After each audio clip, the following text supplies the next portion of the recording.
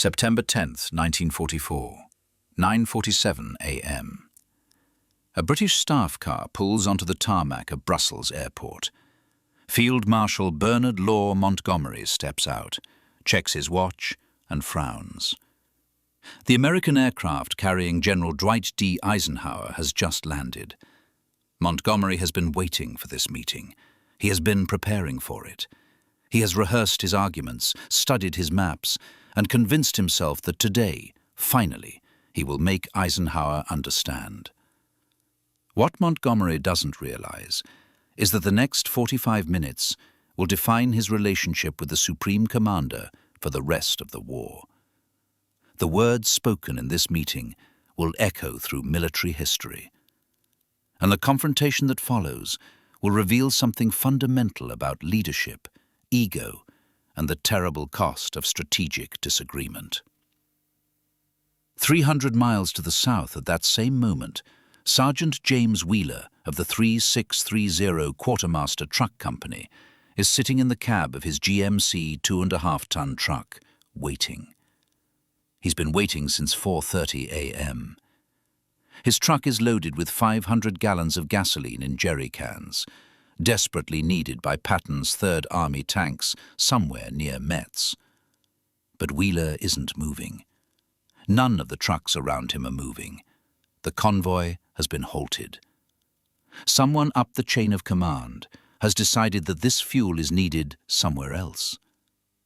Wheeler doesn't know it, but his gasoline has become a pawn in the biggest strategic argument of the war.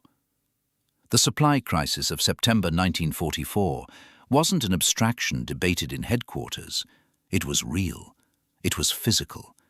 It was thousands of trucks and millions of gallons of fuel and tens of thousands of soldiers waiting, wondering why they couldn't advance when the Germans were running. Every general in the Allied command understood the situation differently. To Montgomery, it was a question of concentration. To Bradley, it was a question of fairness. To Patton, it was a personal insult. To Eisenhower, it was the most difficult decision of his command. The roots of this crisis stretched back to June 6th, the day Allied forces stormed the beaches of Normandy. The invasion planners had created elaborate logistics schedules.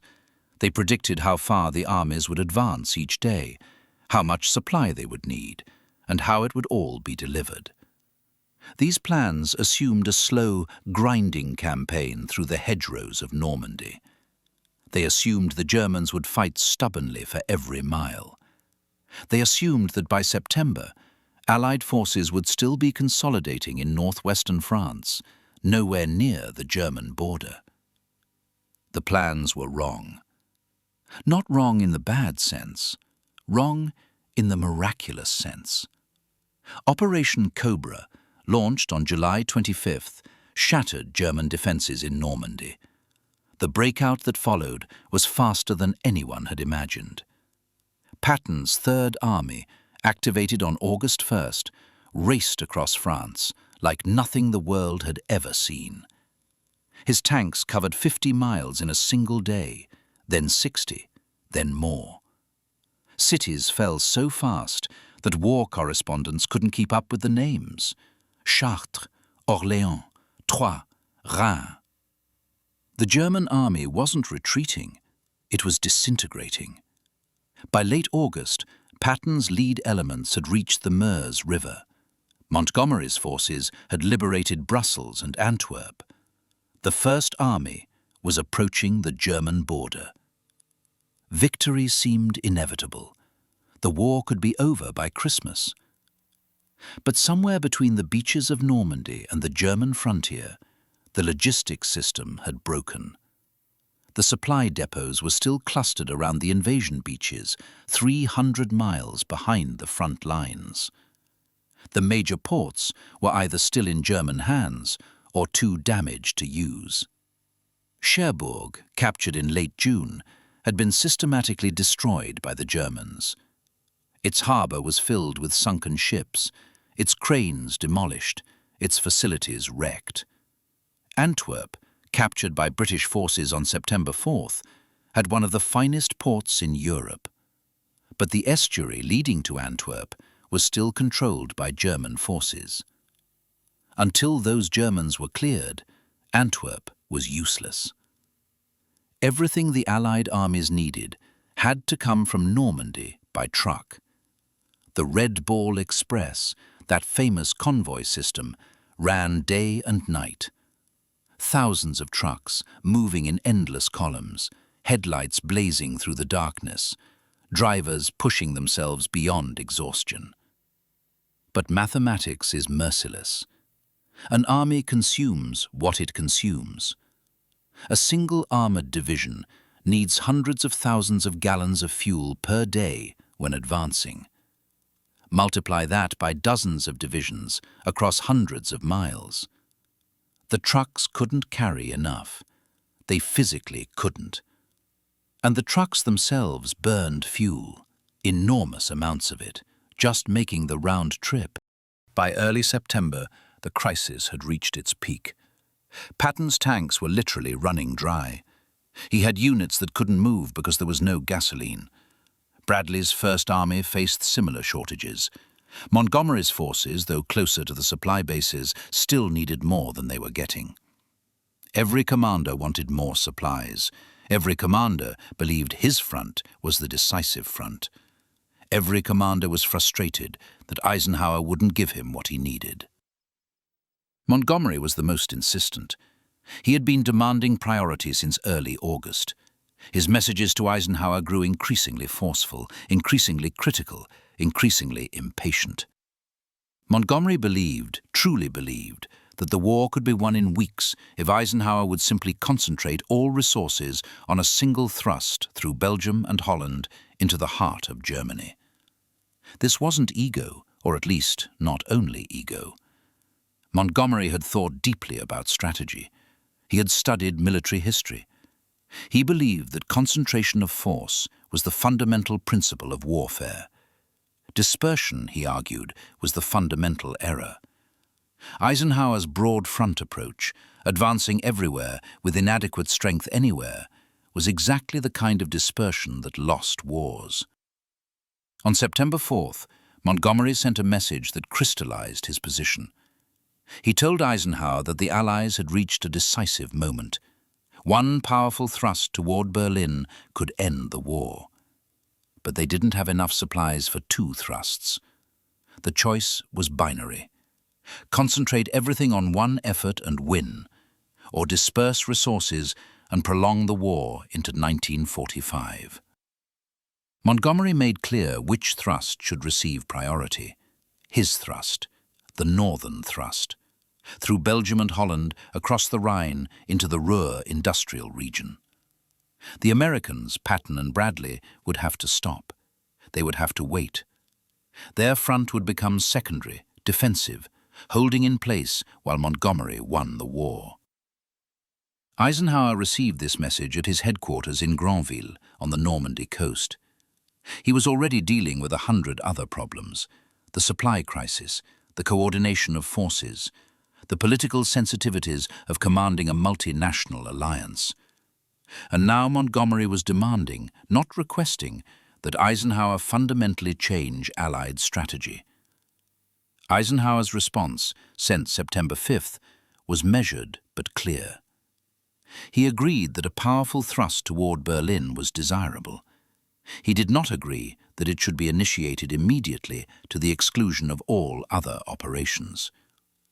He explained that the Germans, though defeated in France, would recover strength in their homeland. The Allies needed to get substantial forces east of the Rhine before that happened. The broad front would continue. Montgomery was not satisfied. He requested a personal meeting. Eisenhower agreed. They would meet on September 10th at Brussels Airport. This meeting would become one of the most analyzed encounters of World War II. Here is what we know happened. Eisenhower arrived at Brussels Airport in his personal aircraft, a modified B-25 bomber. He had injured his knee a few days earlier and was in considerable pain. Moving was difficult. He suggested to Montgomery that they hold the meeting in the aircraft, where he could keep his leg elevated. Montgomery refused. According to Captain Harry Butcher, Eisenhower's naval aide who kept a detailed diary throughout the war, Montgomery insisted the meeting take place elsewhere. They eventually went to Montgomery's headquarters in Brussels. The reasons for Montgomery's refusal have been debated ever since. Some historians see it as a power play, Montgomery asserting dominance by forcing Eisenhower to come to him. Others see it as Montgomery's personal preference for familiar surroundings. Still others note that Montgomery simply may not have wanted to cram into the confined space of an aircraft for a complex strategic discussion. Whatever the reason, the meeting began with Eisenhower in pain and slightly irritated. At Montgomery's headquarters, the Field Marshal spread out his maps and began his presentation.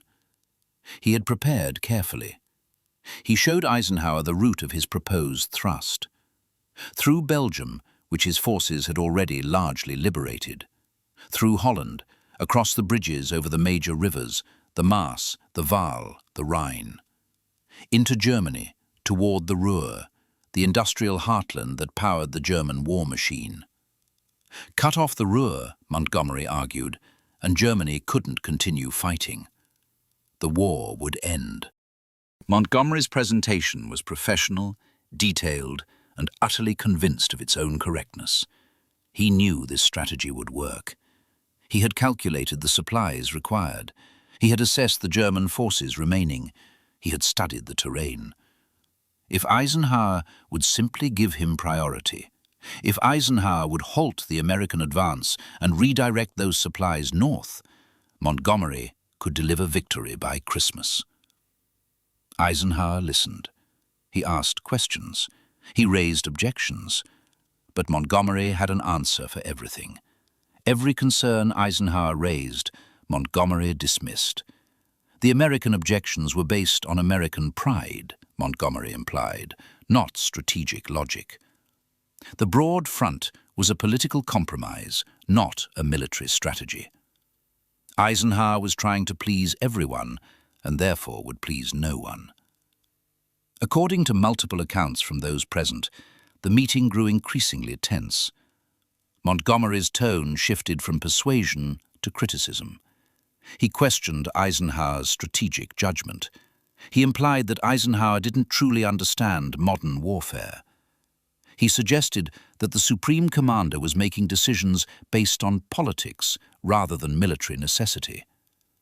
At some point, Montgomery went too far. The exact moment isn't recorded precisely in any surviving document, but the response is. According to Butcher's diary, confirmed by other accounts, Eisenhower leaned forward, placed his hand on Montgomery's knee, and said words that have echoed through military history. "Steady, Monty. You can't speak to me like that. I'm your boss." The room went silent.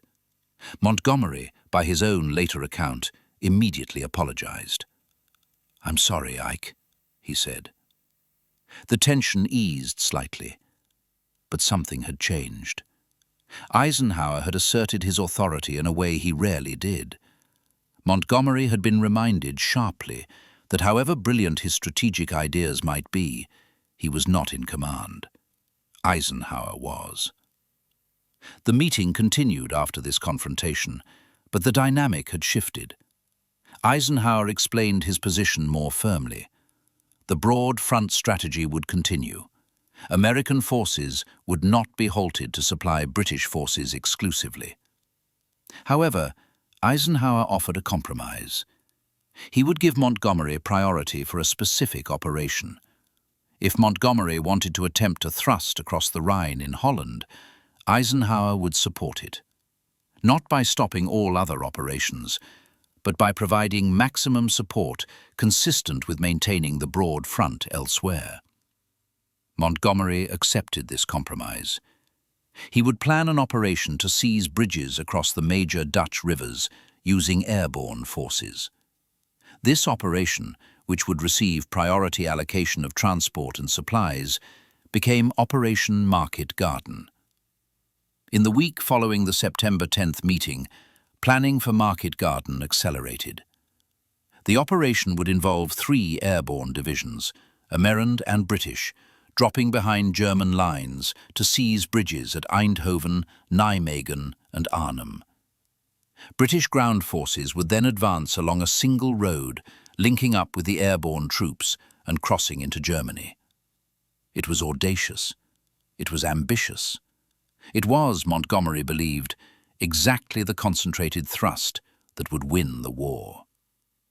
Operation Market Garden launched on September 17, 1944. It was the largest airborne operation in history, and it failed. The operation at Eindhoven succeeded.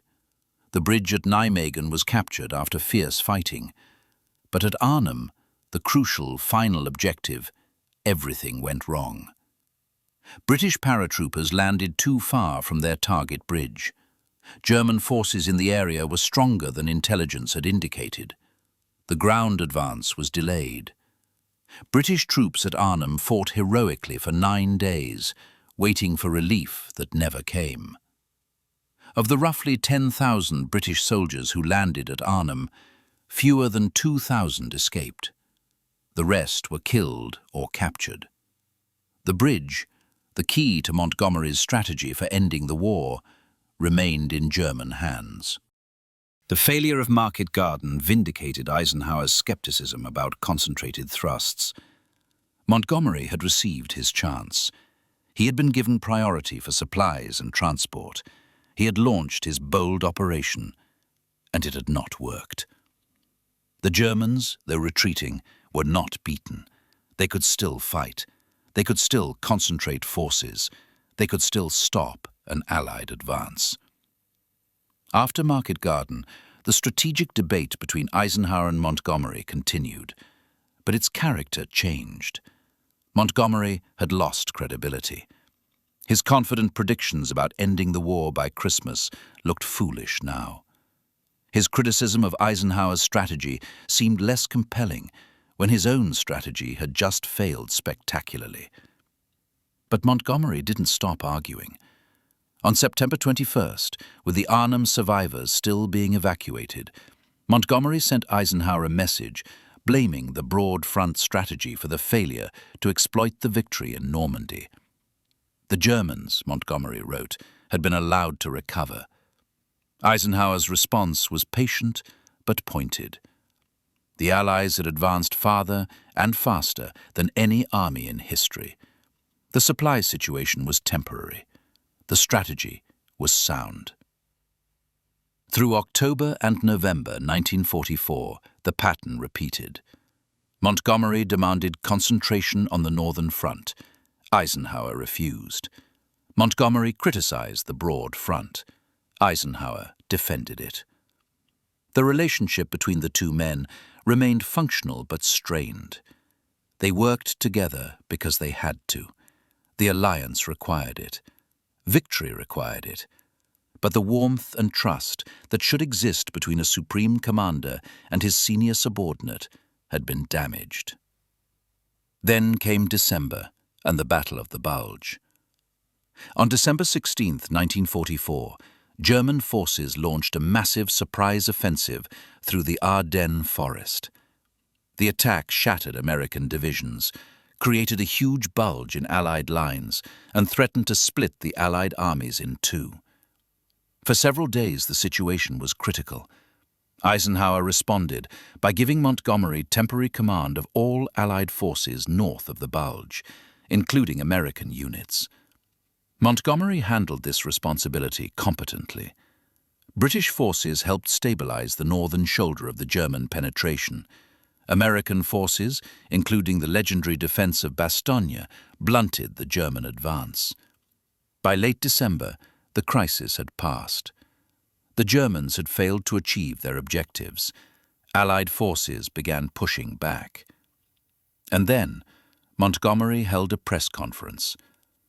On January 7, 1945, Montgomery spoke to reporters about the Battle of the Bulge. His comments, preserved in contemporary news accounts, seemed to suggest that British forces had rescued the Americans from disaster. Montgomery implied that American commanders had made mistakes and that his leadership had saved the situation. The reaction from American generals was immediate and furious. Bradley threatened to resign if Montgomery wasn't disciplined.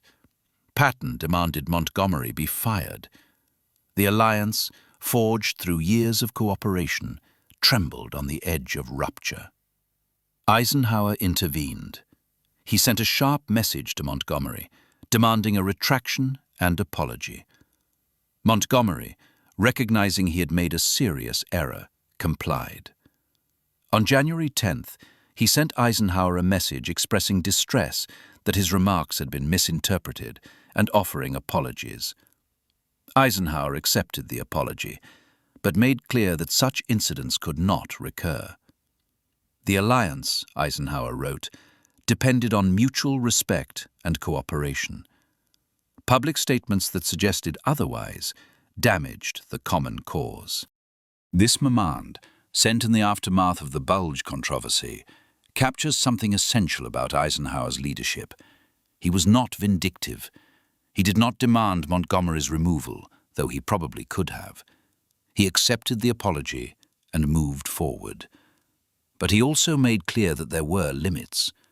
The alliance had to function. Mutual respect had to be maintained. Leaders had to be careful with their words. The war continued. Through February and March 1945, Allied forces advanced into Germany. American forces crossed the Rhine at Remagen on March 7th, exploiting the unexpected capture of an intact bridge. Montgomery's forces crossed in the north on March 23rd in a massive set-piece operation. By April, Allied armies were racing into the German heartland. The debate about broad front versus concentrated thrust became academic. There was no longer any question of choosing which armies would advance. All of them were advancing. All of them were winning. Germany surrendered unconditionally on May 8, 1945. The war in Europe was over. The Allied strategy, Eisenhower's strategy, had achieved total victory. In the years after the war, both Eisenhower and Montgomery wrote memoirs defending their positions. Montgomery, in his autobiography published in 1958, continued to argue that the war could have ended in 1944 if his single thrust strategy had been adopted. He blamed Eisenhower's broad front for prolonging the conflict by months. Eisenhower, in his memoir Crusade in Europe, defended his decisions. The broad front had prevented the Germans from concentrating against a single advance. The supply situation had made any concentrated thrust impossible. The strategy had been correct. Military historians have debated this question ever since. Some support Montgomery's view that a concentrated thrust might have ended the war sooner. Others point to Market Garden as evidence that such thrusts were too risky. The consensus, to the extent one exists, seems to favor Eisenhower. His broad front may not have been the boldest strategy, but it was the safest. It kept pressure on the Germans everywhere. It prevented catastrophic failure. It won the war. But the question of what Eisenhower said when Montgomery demanded all the supplies isn't really about strategy. It's about leadership. It's about managing ego and alliance and disagreement under the pressure of war. Eisenhower faced a subordinate who was brilliant but difficult, confident but abrasive, right about some things but wrong about others. He had to maintain that subordinate's cooperation while rejecting his demands. He had to assert authority without destroying the relationship. He had to say no without creating a rupture. When Eisenhower placed his hand on Montgomery's knee and said, "Steady, Monty. You can't speak to me like that. I'm your boss," he was doing more than ending an argument. He was establishing boundaries. He was making clear that however much he valued Montgomery's opinion, there were limits to how that opinion could be expressed. He was being a leader. The words themselves are unremarkable. Any boss in any organization might say something similar to a subordinate who had gone too far. But the context gives them weight. This was a world war. Millions of lives depended on these decisions. The fate of nations hung on the relationship between these two men. And in that moment, when the tension had built to a breaking point, Eisenhower found exactly the right words. Not angry, not insulting, not threatening. Just clear, firm, final. Steady, Monty. You can't speak to me like that. I'm your boss. Montgomery apologized immediately. The meeting continued. The alliance survived. The war was won. And those words, spoken in a headquarters in Brussels on a September morning in 1944, became part of the historical record. They remind us that even in the greatest events, the most consequential moments often come down to human beings talking to each other, to what one person says to another when the pressure becomes too great, to the words that shape history. Sergeant James Wheeler, the truck driver waiting with his load of gasoline, eventually delivered his cargo. Not to Patton's tanks, as it turned out. The fuel was redirected north toward Montgomery's forces, part of the build-up for Market Garden. Wheeler never knew exactly where his cargo went or what difference it made. He was just one driver among thousands, moving supplies through a system he didn't fully understand, serving a strategy he had never been consulted about. But he was part of it. He was part of the great machine that won the war.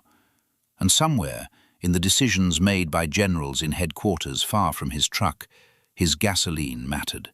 Every gallon mattered. That was the whole point.